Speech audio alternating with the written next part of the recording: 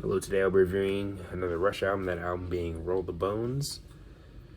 And this was actually one of the first few Rush albums I ever heard, so yeah, maybe not the best introduction, but still overall pretty solid album that I do think is an improvement over the last album, Presto. Now, don't get me wrong, I do like Presto. If you do want to hear me go deeper into the album, definitely check out my review for Presto after this review. But yeah, again, I do think this album is a bit more of an improvement, and also the album was, of course, more commercially successful than Presto, and I think Hold Your Fire too.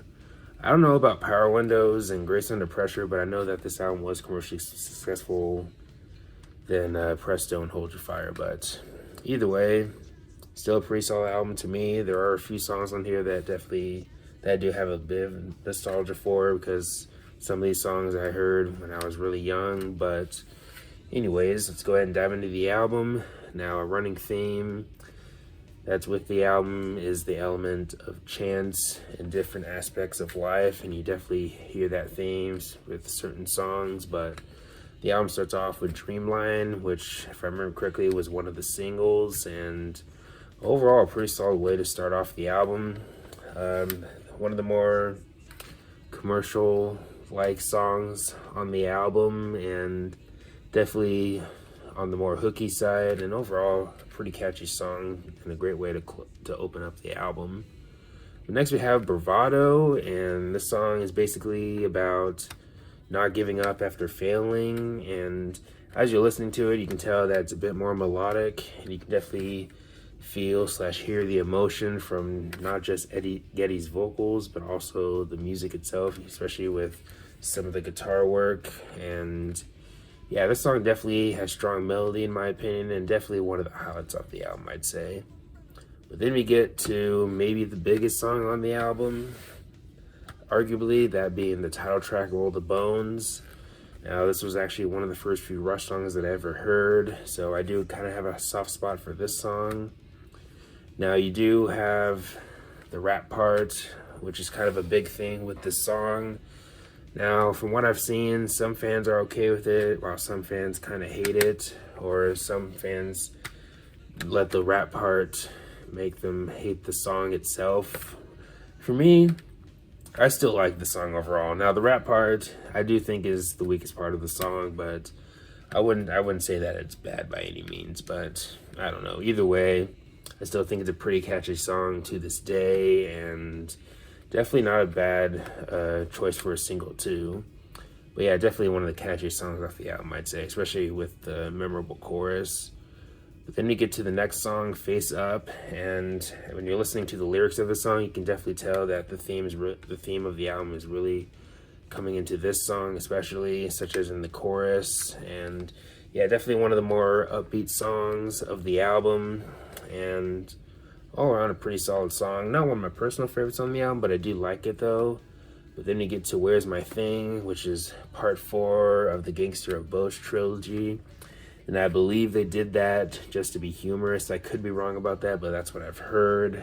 But this was their first instrumental since YYZ, which was, of course, from Moving Pictures, track number 3, if I remember correctly. But yeah, I think this is a pretty catchy instrumental. I do maybe wish it was a little bit longer, but that's just a little nitpick. But either way, still a pretty solid instrumental, I'd say. Maybe an instrumental from the band that I think is maybe a bit overlooked, even if it's maybe more on the shorter side. It's a hair under 4 minutes, but either way, I still really like this instrumental, actually. But next we get to, in my opinion, one of the most underrated songs of their 90s work, The Big Wheel. Definitely does a great job when it comes to the catchiness. Definitely a fairly hooky song on the album. I really like the chorus, one of those choruses that could maybe get in your head, maybe earworm worthy, you could say. But this song has always been one of my personal favorites on the album. But then we get to Heresy, and this song is about the fall of the Berlin Wall and the fall of communism.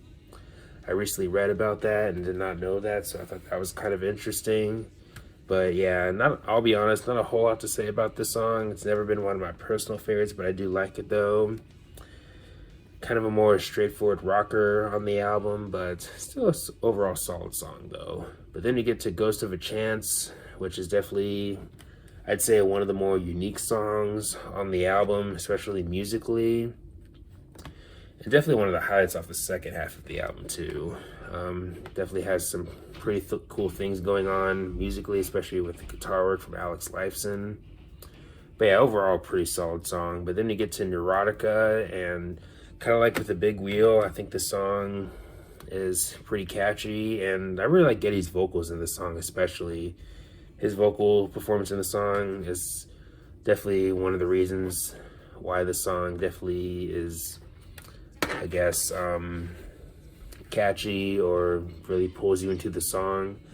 His vocal is definitely definitely one of the things that definitely pulls me into this song, especially with the chorus, which I think overall, yeah, sure, maybe not the most complex chorus they've ever done, but I still really like it though, even if with how simple it is. But yeah, kind of an underrated song, I'd say. Maybe not one of the best songs by any means or anything, and it doesn't have to be either, but either way, I still think it's a pretty cool song. But then the album closes off with You Bet Your Life.